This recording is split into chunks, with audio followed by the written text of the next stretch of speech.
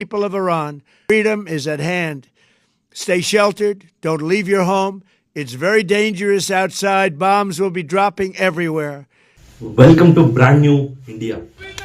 Like America ಮತ್ತೆ Iran ಯುದ್ಧದಲ್ಲಿ ಇರಾನ್ನ ಒಬ್ಬ ನಾಯಕ ಸತ್ತೋಗ್ತಾನೆ. ಅವ್ರು ಯಾರು ಅಂತ ಎಲ್ರಿಗೂ ಗೊತ್ತು, ಖಮೇನಿ ಹಾಲಿ ಅವ್ರು ಸತ್ತೋಗ್ತಾರೆ.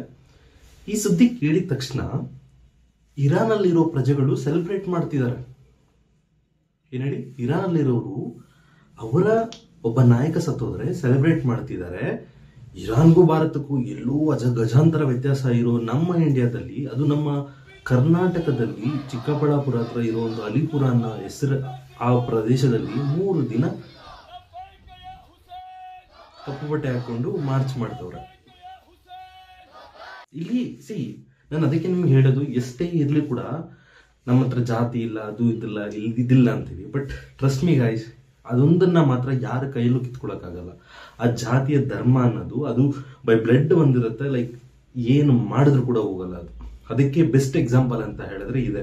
ಯಾವಾಗೋ ಒಂದು 60-70 ವರ್ಷ ಹಿಂದೆ ಅವ್ರು ಬಂದು ಇಲ್ಲಿ ವಿಸಿಟ್ ಮಾಡಿದ್ದಕ್ಕೆ ಅದೇ ಪ್ರದೇಶದಲ್ಲಿ ಅವ್ರ ಹೆಸರಲ್ಲಿ ಒಂದು ಹಾಸ್ಪಿಟಲ್ ಇದೆ ಅಂಡ್ ಆ ಊರ ಹೆಸರೇ ಅಲಿಪುರ ಅಂತ ಇಟ್ಟಿದ್ದಾರೆ.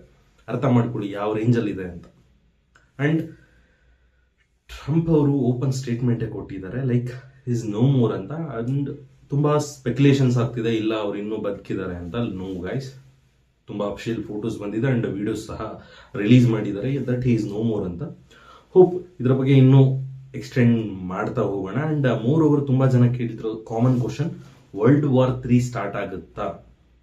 ಅಫ್ಕೋರ್ಸ್ ಆಗಲ್ಲ, ಯಾವುದೇ ತರ ಭಯಪಡಬೇಡಿ. ಇಲ್ಲಿ ಒಂದು ಖುಷಿ ವಿಚಾರ ಏನು ಅಂತ ಹೇಳಿದ್ರೆ, ಎಲ್ಲಾ ಕಂಟ್ರಿಗಳು ಭಯದ ವಾತಾವರಣದಲ್ಲಿ ಇದ್ರೆ ನಮ್ಮ ಇಂಡಿಯಾದಲ್ಲಿ ಹೋಳಿ ಸೆಲೆಬ್ರೇಷನ್ಸ್ ನಡೀತಿದೆ ಅಂಡ್ ಮೋದಿ ಅವರು ಆರಾಮಾಗಿ ಪ್ರಚಾರಗಳು ಮಾಡ್ಕೊಂತಿದ್ದಾರೆ, ಎಲೆಕ್ಷನ್ ಕ್ಯಾಂಪೇನ್ಸ್ ಮಾಡ್ತಿದ್ದಾರೆ.